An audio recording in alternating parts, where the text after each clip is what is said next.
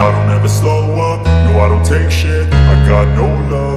Hello guys, welcome back to our channel Wins World TV. Ang bansang Japan ang isa sa pinakasikat ngayon, kung saan dito na ginaganap ang mga laban tulad ng mga title unification, yachts exhibition fights, kaya tinuturing ngayon pa lang na ang bansang Japan ay magiging mega boxing sa Asia. Mataas ang bigayan at mataas din ang exchange rate, kaya marami ang gustong-gusto sumampa at lumaban sa ibabaw ng boxing ring ng bansang ito. Isa rin sa nagpasikat lalo sa bansang Japan, yun ang pagkuha nila ng mga sikat na boksingero para elaban at ma-promote ang kanilang bansa pagdating sa boxing venue. Isa na nga rito sa napili ang ating former 3 World Division Champion Cuadro Alas Angas ng Pinas John Riel Casimero, kasalukuyan sa Super Bantamweight Division, kaparihas ng division ng isang halimaw ng Japan na si current undefeated and 4 World Division Champion, Naoya Inoue. Bansang Japan, bansang Pilipinas at bansang Mexico ang nagtatagisa ng lakas dito. Si John Riel Casimero ay tinuturing na isang maangas sa ibabaw ng boxing ring at madami na din itong napatumba na boksingero ng bansang Japan. Ang bansang Mexico naman ay may pinagmamalaki din na isang malakas at kayang lapain ang mga makakalaban nito. Ito ay si Luis Nery. May solid na kartada at may marami ng karanasan sa ibabaw ng boxing ring, former WBC World Bantamweight Champion, at former WBC Super Bantamweight Champion. Si Luis Nery ay mainit sa mata ng kababayan ni Naoya Inoue, kung saan tinapos niya dito ang kanilang pambato. Shinsuke Yamanaka vs Luis Nery, para sa WBC Bantamweight title. Dito din nakilala ng bansang Japan ang pagiging maangas ni Luis Nery, dahil palaging inaangasan ni Luis Nery si Naoya Inoue na tila nagpapapansin ito sa halimaw ng Japan at tila naghahaman at sa hindi nagtagal ay naikasa naman ito. Nakalaban din ni Luis Nery si Naoya Inoue, ngunit nabigo nga ito matalo ang halimaw ng bansang Japan na si Naoya Inoue.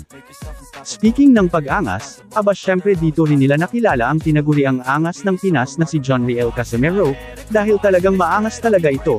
Sa lakas, trash talk at iba pa, dahil kapag ito ang nilabanan mo ay tiyak hindi lang knockout ang sasapitan mo kundi bobbog sarado ka dito at kung malas-malasin ka sa mga kamay ni John Riel Casimero sa ibabaw ng boxing ring ay tiyak hindi ka na magising or di kaya magigising ka na lang nasa hospital ka na. Sinubukan nila ang angas ng bansang Pilipinas na si John Riel Casimero, makakalaban niya si Kinya Yamashita na kung saan ay pinatumba lang ito ni John Riel Casimero. Mas lalong humanga pa ang Japanese kay John Riel Casimero, noong patumbahin niya muli ang pambato ng Japan na si Rei Akaho, ngunit si Akaho ay umayaw sa laban dahil sa lakas ng suntok ni John Riel Casimero. Kaya dahil dito ay sobra talagang hinangaan ng mga Japanese itong si John Riel Casimero, at hindi nga nila naiwasan pagkumparahin ang dalawang maangas na boksingero na sina John Riel Casimero at Luis Nery. Kaya ngayon taon kasalukuyan ay tila magtatagpo na ang mga landas ni John Riel Casimero at Luis Nery, dahil sa tindi at lakas ng promoter ngayon ni John Riel Casimero, ang Kamida Promotion. Ang Kamida Promotion ay gumagawa na ng paraan para maikasa ang laban na ito, ngunit hanggang ngayon ay hindi pa kumpirmado dahil under negosasyon pa lamang. Ngunit marami na ang haka-haka na kasado na ang laban, ngunit hindi pa ito ipinasa publiko, dahil October taon kasalukuyan pa magtatapos ang parusang ban ng bansang Japan kay John Riel Casimero. Ayon naman sa Kamida Promotion ay i-anunsyo nila ang laban ni Casimero sa lalong madaling panahon kaya antabay lang. Ngunit bago ang labanan John Riel Casimero at Luis Nery ay atin muna panoorin ang huling laban ni John Riel Casimero sa bansang Japan, makakalaban niya dito si Saul Sanchez, na kung saan ay pinalipad ni John Riel Casimero ang ulo nito.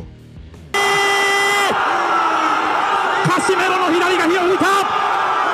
2度目に匹敵するものを見せなくてはいけない両者、ジョン・リエル・カシメロ vs サウル・チャンス・サンチェス。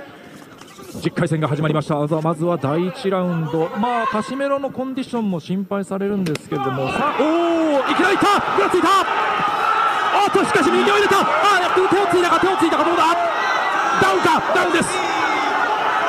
チェスもいいカウンターあったんですけどね、勝った後に。いやさすがカシメロ、こういう記録ありますね。いきなりだ、まだ30秒経っていません。まずはダウンを奪ったのはジョン・リエル・カシメロ。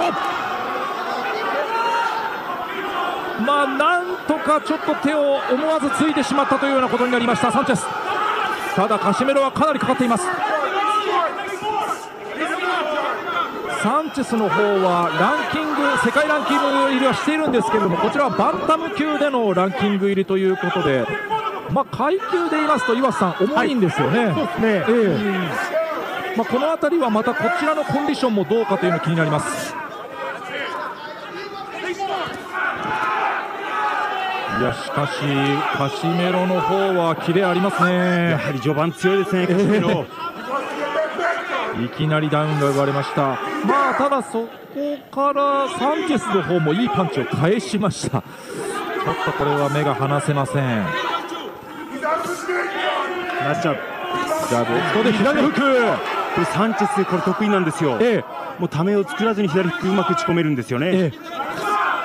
今度はボディに打ち込んでいくカシメロ。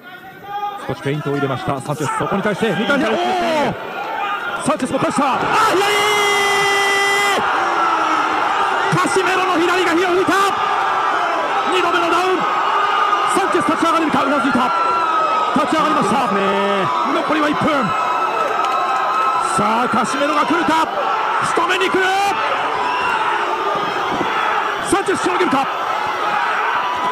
攻勢一方か。いや返す。いいですね。返している。そこに打ち込んでいくサンチェス。いやカシメロが集めていく。左が入った。ちょっとサンチェス力ないですね。このタイミング合ってますよ、左フック。右から残りは40秒。少し落ち着くか。いやまだ効いている。今のクリンチャーサンチェスうまかったですね。2度目のダウンは思いっきり効かされました。残りは30秒。左を返した。合わせにいってますね。カシメロがまた来た。ポーランドどうでしょう。しのげるか。止めた。終わった。 Thank you for watching. Salamat sa inyong panunood. This is Winsworld TV. Saying peace, love and good vibes lang tayo lagi, okay, alright.